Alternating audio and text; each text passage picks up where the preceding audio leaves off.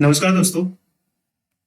आज हम बात करने वाले हैं, जैसा कि आपको थंबनेल पर दिखा होगा, एक ऐसे मिस्टेक की जिसकी वजह से हमारा यूपीएससी में सिलेक्शन नहीं होता है। यूपीएससी या फिर कोई भी आपका जो कॉम्पिटिटिव एग्जामिनेशन है उसमें आपका सिलेक्शन नहीं होता। सिर्फ एक कारण की हम बात करेंगे यहाँ पर, सिर्फ ओनली वन। और वो कारण क्या होगा? वो ऐसा नहीं है कि बहुत नॉर्मल चीजें हैं। हम नॉर्मल चीजें जैसे कि आप कौन से बुक्स वगैरह पढ़ते हैं, ये अलग बातें हैं। आपका टाइम मैनेजमेंट क्या है, ये अलग चीजें हैं। ठीक है, आप दिन में पढ़ते हैं या फिर रात में पढ़ते हैं, ये अलग चीज है। आपकी क्वालिटी क्या है, आपकी क्वांटिटी क्या है पढ़ने की। ओके, ये सब काफी अलग चीजें हैं और ये एक कॉमन सी मिस्टेक है जो सभी लोग करते हैं। एक बहुत ही स्पेशल मिस्टेक है जो यहाँ पर मैक्सिमम जो प्रिपरेशन करने वाले जो लोग होते हैं वो ये काम करते हैं। देखिए, सिलेक्शन जो होता है ना, वो दो तरीके के लोगों का होता है। एक तरीका होता है जो सेल्फ स्टडी करते हैं, ये एक कैटेगरी होती है स्टूडेंट्स की। एक दूसरी कैटेगरी होती है जो कोई कोचिंग वगैरह ज्वाइन करते हैं और उससे पढ़ाई करते हैं। सिलेक्शन इन्हीं दो में से कैटेगरी के लोगों का होता है। या तो कुछ लोग सेल्फ स्टडी कर रहे होंगे या फिर कुछ लोग कोचिंग कर रहे हैं। ओके, तो अब आप कहेंगे कि यही तो दो कैटेगरी होती है, या तो लोग कोचिंग करते हैं या फिर सेल्फ स्टडी करते हैं। तो एग्जैक्टली इसका मतलब क्या है, पहले ये समझिए। सेल्फ स्टडी और कोचिंग का मतलब होता क्या है? कोचिंग का मतलब कि आप क्लास जाते हैं, क्लास में जो पढ़ाया जाता है, जो लिखवाया जाता है, जो आपको नोट्स बनवाया जाता है, जो मटेरियल्स दिए जाते हैं, आप उससे स्टिक रहते हैं और उसको पढ़ते हैं। सेल्फ स्टडी का मतलब होता है कि आप बुक्स को पढ़ते हैं, उससे नोट्स वगैरह बनाते हैं। ओके, ये सब आपका सेल्फ स्टडी होता है। थोड़ा बहुत इंटरनेट का भी यूज हो जाता है यहाँ। तो ये दो आपको कैटेगरी है जिनका सिलेक्शन होता है। लेकिन मैक्सिमम स्टूडेंट्स ऐसे होते हैं ना जो इन दोनों कैटेगरी में बिलोंग नहीं करते। ना ही वो सेल्फ स्टडी प्रॉपर तरीके से करते हैं, ना ही वो कोचिंग करते हैं।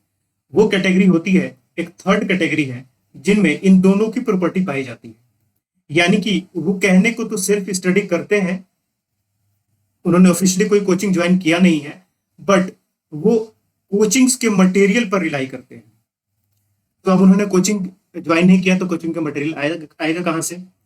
अब ये कोचिंग का मटेरियल वो क्या करते हैं कि वो हमारा जो एक आजकल बहुत ही अच्छा ऐप है टेलीग्राम, वो पूरे साल टेलीग्राम पे मटेरियल सर्च करते हैं। उनका काम ही होता है मटेरियल सर्च करना, search material. NCERT material, NCERT history compilation, NCERT polity compilation, NCERT ये कंपाइलेशन वो कंपाइलेशन। फिर उसके बाद कोचिंग का मटेरियल सर्च करते हैं, ये कोचिंग का मटेरियल मिल जाए, वो मिल जाए, ये मिल जाए। वो सारा पूरे पूरे साल जो होता है ना, वो यही काम करते हैं। ठीक है, तो वो सेल्फ स्टडी, वो बुक्स नहीं पढ़ते, वो बुक्स पढ़ते ही नहीं है बिल्कुल। वो अलग अलग जगह से मटेरियल इकट्ठा करना उनका काम होता है। और मैक्सिमम कैटेगरी, करीब 60 to 80% कैटेगरी जो होती है ना स्टूडेंट्स की, इसी कैटेगरी से वो बिलोंग करते हैं। ओके, अब टेलीग्राम पे है ना, यहाँ पे मैक्सिमम चीजें फालतू की होती हैं, बिना किसी काम की। एक दो चीजें कभी आपको काम की मिल गई, अदरवाइज ये बिना काम की होती है। फॉर एग्जाम्पल, आप एनसीईआरटी नोट्स सर्च कीजिए। एनसीईआरटी नोट्स के नाम से आपको नोट्स मिलेगा, लेकिन वो एनसीईआरटी का नोट्स एक्चुअली होता नहीं है। ओके, उसके बाद लोग कोचिंग के मटेरियल सर्च करते हैं, तो कोचिंग के मटेरियल्स मिलेंगे, आधे अधूरे मिलते हैं। उसके बाद कुछ लोग सर्च करते हैं कि उनको नजर में आएगा कि इस टॉपर का कुछ मटेरियल है जो उसने लिखा हुआ है टेलीग्राम पे, गूगल पे वो भी चल रहा है। तो फिर वो क्या करेंगे, उस टॉपर के मटेरियल को सर्च करेंगे कि टॉपर का हैंड रिटन नोट्स। तो अब देखिए, जो कोई नोट्स बनाता है ना, वो अपने हिसाब से बनाता है। तो किसी टॉपर ने अगर नोट्स बनाया हुआ है, किसी ने भी नोट्स बनाया हुआ है, तो वो अपने नोट्स में वो चीजें लिखता है जो उसको नहीं पता। जो उसको याद है वो चीजें वो नहीं लिखेगा। तो क्या ये जरूरी है कि जो उसको याद है वो आपको भी याद हो? बिल्कुल जरूरी नहीं। तो वो आपके किसी काम का नहीं है। एक दो दिन उसको पढ़ते हैं, फिर उनको कुछ समझ में नहीं आता, या फिर लगता है यार क्या पढ़ रहे हैं। फिर किसी ने सजेस्ट किया, यार फर्स्ट रैंक का जो आया है उसका मत पढ़ो, जो सेकंड रैंक वाला है ना उसका मटेरियल बहुत अच्छा है। अब सेकंड रैंक वाले का मटेरियल खोजा जाएगा टेलीग्राम और गूगल पे, हाथ पर एकदम कई दिनों तक मारा जाएगा। कहीं से कुछ मिल भी गया या फिर नहीं मिला, नहीं मिला तो 5 दिन गया आपको खोजने में, मिल गया तो फिर वही बात कि उसका मटेरियल है वो उसके हिसाब से बना हुआ, आपके काम का नहीं है। तो ये ऐसे स्टूडेंट होते हैं ना, कि जितने साल प्रिपरेशन करेंगे, अगर 5 से 10 साल इनका प्रिपरेशन टाइम है, जैसे यूपीएससी के जनरल क्लास की हम बात करें तो आप 21 से लेकर 32 तक एग्जाम देते हैं। ओके, तो आप फॉर एग्जाम्पल मान लीजिए कि 8 साल आपका प्रिपरेशन करने का समय, तो ये पूरे 8 साल यही करते हैं। और लास्ट में जब एक दो अटेम्प्ट बचा रहेगा, तब इनको लगता है कि यार अब क्या करें, अब तो वैसे भी नॉर्मल नौकरियों का एज खत्म हो चुका है। यूपीएससी में भी अब हम सेकेंड लास्ट से लास्ट जो अटेम्प्ट है उसके कगार पे आ गए हैं।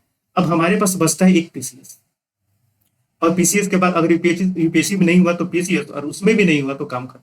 अब क्या करेंगे हम नहीं पता। तो ये लास्ट अटेम्प्ट में जाके या सेकंड लास्ट अटेम्प्ट में जाके इनको अकल आती है, लेकिन तब तक ये बहुत देर कर चुके होते हैं। आप अच्छी तरीके से पढ़े, फिर भी कोई जरूरी नहीं है कि फर्स्ट अटेम्प्ट पे हो ही जाएगा, सेकंड अटेम्प्ट पे लग जाते हैं, थर्ड अटेम्प्ट पे लग जाते हैं, तो फाइनली इनका नहीं होता है, कभी नहीं होता। तो ये मैक्सिमम कैटेगरी जो होती है ना 60 to 80%, ये इस कैटेगरी में बिलोंग करती है। ये सिर्फ बुक्स नहीं पढ़ते, मेरे पास आए दिन कई सारे मेल्स और मैसेज आते हैं, सर नोट्स बनाने में बहुत टाइम लगता है, इट इज टाइम कंज्यूमिंग, आप अपना नोट्स दे दीजिए।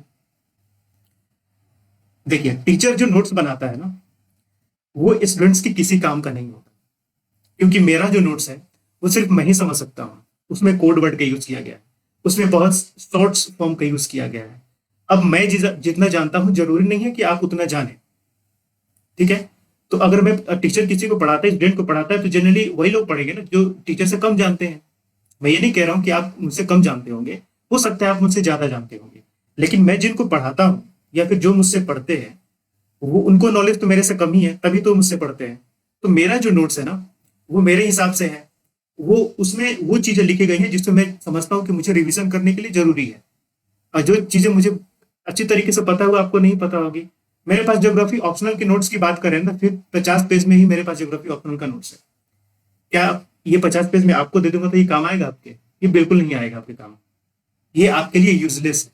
तो सर आप अपना नोट्स दे दिए, दिस इज टाइम कंज्यूमिंग। हम कोशिश करते हैं ना कि हमें पढ़ना भी ना पड़े, और हमारे यहाँ जो बैच लगता है ना स्टार वाला, आईपीएस वाला, वो भी लग जाए, हम डीएम भी बन जाए, ओके। लेकिन हम पढ़ना नहीं चाहते, हम मेहनत नहीं करना चाहते सर। बिना पढ़े एकदम शॉर्टकट बुक्स नहीं पढ़ेंगे, नोट्स दे दीजिए, इधर से उधर से सारा नोट्स मिल जाएगा, नोट्स पढ़ के हम कर लेंगे, ये सिलेक्शन कभी नहीं लेते हैं। एक भी बंदा है या कोई लड़का या लड़की ऐसा नहीं मिलेगा जो इस कैटेगरी से बिलोंग करता हो और उसका सिलेक्शन हो जाए, ये कभी नहीं होता।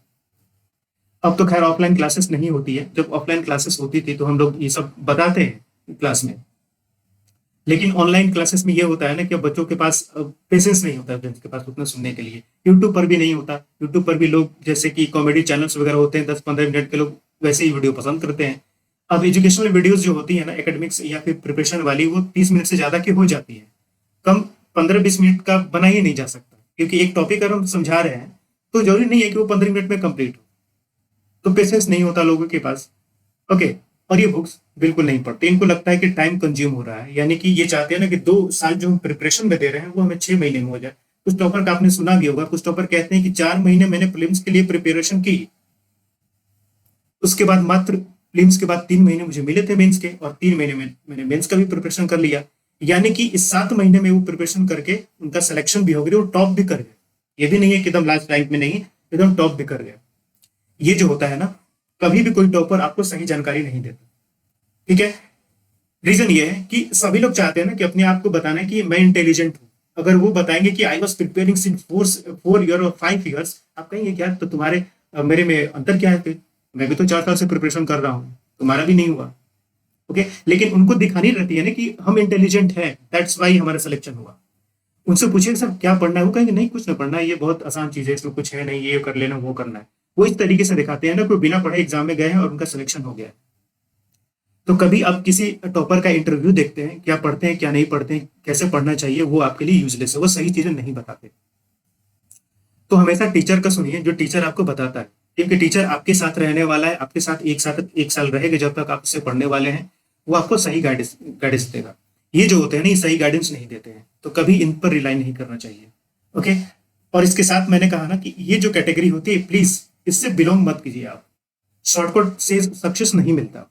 आप 2 साल पढ़ लीजिएगा या 3 साल पढ़ लीजिएगा, उसके बाद सिलेक्शन हो जाएगा ना, तो 3 साल में ही आपका हो जाएगा काम। ये जो कैटेगरी होती है ना, इसमें जीवन में आप 10 साल तक सिलेक्शन एग्जाम आप प्रिपरेशन करते रहिए, आपका सिलेक्शन नहीं होगा, क्योंकि आप करते ही रहेंगे मटेरियल सर्च। एक का पसंद आएगा, फिर उसका 2-3 दिन के बाद पढ़िएगा, पसंद नहीं आएगा, फिर तीसरा का आप फिर सर्च कीजिएगा, सर्च ही करते रहिएगा। और ये जो लोग होते हैं ना कि सर टाइम लग रहा है, ये बहुत खतरनाक लोग होते हैं। अगर आपके आसपास या आपके साथ प्रिपरेशन करने वाले ऐसे लोग हैं तो उनसे दूर रहा कीजिए, टाइम दीजिए अपने ऊपर। देखिए इसका रीजन भी है, किसी बुक को पढ़ के आप नोट्स बनाते हैं ना, तो इस बुक्स को एटलीस्ट 3 बार आप पढ़ेंगे तब उससे नोट्स बनेगा। तो आप खुद सोचिए, जिस बुक को आपने 3 बार पढ़ लिया है, उससे जो नोट्स बनाएंगे तो इसमें मैक्सिमम चीजें तो आपको ऑलरेडी याद हो चुकी है, 3 बार कम नहीं होता। और उसके बाद जो नोट्स बनेगा ना, ये काफी कंसाइज और ये आपके लिए सबसे परफेक्ट नोट्स बनेगा। तो उसके बाद जब रिवीजन करना होगा इस नोट्स को, तो आराम से एक सब्जेक्ट का नोट्स अगर रिवाइज करना पड़े तो 1 से 2 दिन में आप कर सकते हैं। समझ, चाहे प्रीलिम्स हो या मेंस के समय पर हो, ये आपके लिए काफी बेनिफिशियल होगा। किसी का नोट्स आधा अधूरा होता है, आपके लिए काम नहीं होता है, फ्रस्ट्रेट होंगे कुछ दिन बाद, फिर दूसरे का सर्च करेंगे, उससे भी फ्रस्ट्रेट होंगे, फिर तीसरे का सर्च करेंगे। ओके, तो जो आपकी डिपेंडेंसी है ना टेलीग्राम और गूगल पे, मोस्टली टेलीग्राम पे, वो यूजलेस है। इसकी चीज को समझ लीजिएगा तो आपका सिलेक्शन होगा। अगर आप नहीं समझिएगा तो आपका सिलेक्शन कभी नहीं होगा। तो बेहतर है कि इस फील्ड को छोड़ के कोई दूसरा आप जॉब वगैरह ट्राई कीजिए, तो वो ज्यादा अच्छा है। क्योंकि यूपीएससी ऐसी चीज है ना, अगर सिलेक्शन नहीं हुआ तो आपको और दूसरी नौकरी नहीं मिलेगी। क्योंकि इन जनरल क्लास की बात करें तो 32 ईयर्स तक एज है। अगर आपका 32 ईयर्स हो गया, सिलेक्शन नहीं हुई यूपीएससी में ना, जितने भी मैक्सिमम गवर्नमेंट जॉब है पीसीएस को छोड़ के, वो सारे 32 ईयर्स से कम एज में ही होते हैं। अब उनके सारे चांसेस आपके खत्म हो जाते हैं। इसके बाद बस आपके लिए पीसीएस या पीएससी ही बचते हैं, और उसके बाद आपके पास कोई ऑप्शन नहीं बचेगा। प्राइवेट जॉब के लिए जाएंगे तो उसके लिए भी लोग एक्सपीरियंस ढूंढते हैं, फिर आपसे पूछेंगे कि 10 साल 12 साल आप क्या कर रहे थे। तो अब प्राइवेट जॉब भी उसके बाद लेना आपके लिए मुश्किल हो जाएगा। अगर मिल भी गया ना, बहुत कम पेमेंट वाला मिलेगा। तो इस चीज को ध्यान में रखिए। अगर आप इस थर्ड कैटेगरी से बिलोंग करते हैं ना, तो आपका फ्यूचर बहुत बड़े अंधकार में है। ये जो समय बीत गया, फिर उसके बाद आपके पास एक ऑप्शन रहेगा, वो है पीसीएस। अदरवाइज आपका जॉब की जो जितनी ऑप्शन है ना, वो खत्म हो जाएगी।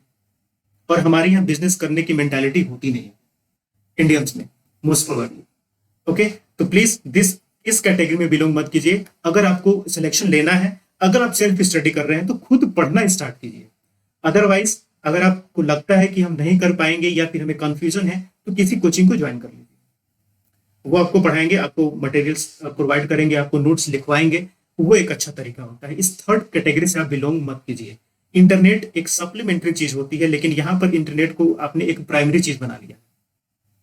ये इंटरनेट कभी भी बुक्स को रिप्लेस नहीं कर सकती, और इसमें आपका समय जाता ही जाएगा। आप में तो बहुत सारे लोग होंगे जो ये काम हमेशा करते होंगे और देख रहे होंगे कितने सालों से आप प्रिपरेशन कर रहे हैं। ओके, तो मैं बस यहाँ पर यही बताने वाला था। ये नहीं बताने वाला था कि आप बुक क्या पढ़ रहे हैं, टाइम मैनेजमेंट क्या है, दिन रात में कब पढ़ रहे हैं, क्वालिटी क्वांटिटी क्या है। बहुत छोटी चीजें हैं। सबसे बड़ी चीज है ये कि आपकी पढ़ाई किस तरीके से हो रही है। आप थर्ड कैटेगरी से बिलोंग करते हैं या फिर इन दोनों कैटेगरी से बिलोंग करते हैं, तो कोशिश कीजिए अब से इन दोनों में से एक कैटेगरी को आप चूज कीजिए। ओके, कोचिंग भी बहुत सारी है। बहुत कुछ कोचिंग होती है जो प्री मेंस के 1.5 लाख तक रुपए लेती है। मैं समझ सकता हूँ कि बहुत लोग उतना पे नहीं कर सकते, लेकिन कुछ अच्छी कोचिंग ऐसी भी है जो कम पैसे में कराती है। जैसे हम लोग कम पैसे में कराते हैं। जैसे हमारा ज्योग्राफी ऑप्शनल का कोर्स अभी ऑफर के तहत 12,500 में था। बड़ी कोचिंग में जाइए तो 60,000 है, उनसे हम 5 गुना कम ले रहे हैं। प्री एंड मेंस के लिए भी हमने 2022 के लिए यहाँ पर शेड्यूल किया हुआ है कि हम जीएस के जो 4 पेपर होते हैं उसके हिसाब से कराएंगे, और मैक्सिमम हर पेपर के लिए हम एकदम मिनिमम रखेंगे, ताकि आपकी चारों पेपर की प्रिपरेशन 15,000 के आसपास तक हो जाए। ओके, तो कोचिंग या फिर सेल्फ स्टडी, जो भी आपको इसमें से अच्छा लगे उस तरीके से कीजिए, लेकिन सेल्फ स्टडी को कभी भी इस थर्ड कैटेगरी में कन्वर्ट मत कीजिए कि नाम के लिए सेल्फ स्टडी कर रहे हैं, लेकिन हम कोचिंग के मटेरियल्स और टॉपर के मटेरियल्स ढूंढने में ही हम लगे हुए हैं। उससे आपका कुछ नहीं होने वाला। ठीक है, तो मुझे यहाँ पर यही चीज बतानी थी कि kindly stick to one option, self study, और second is coaching. Don't go for third one. खत्म हो जाएगा आपका करियर, जीवन ही बर्बाद हो जाएगा आपका। ध्यान रखिएगा। ठीक है, तो चलिए फिर मिलते हैं नेक्स्ट वीडियो में। Thank you.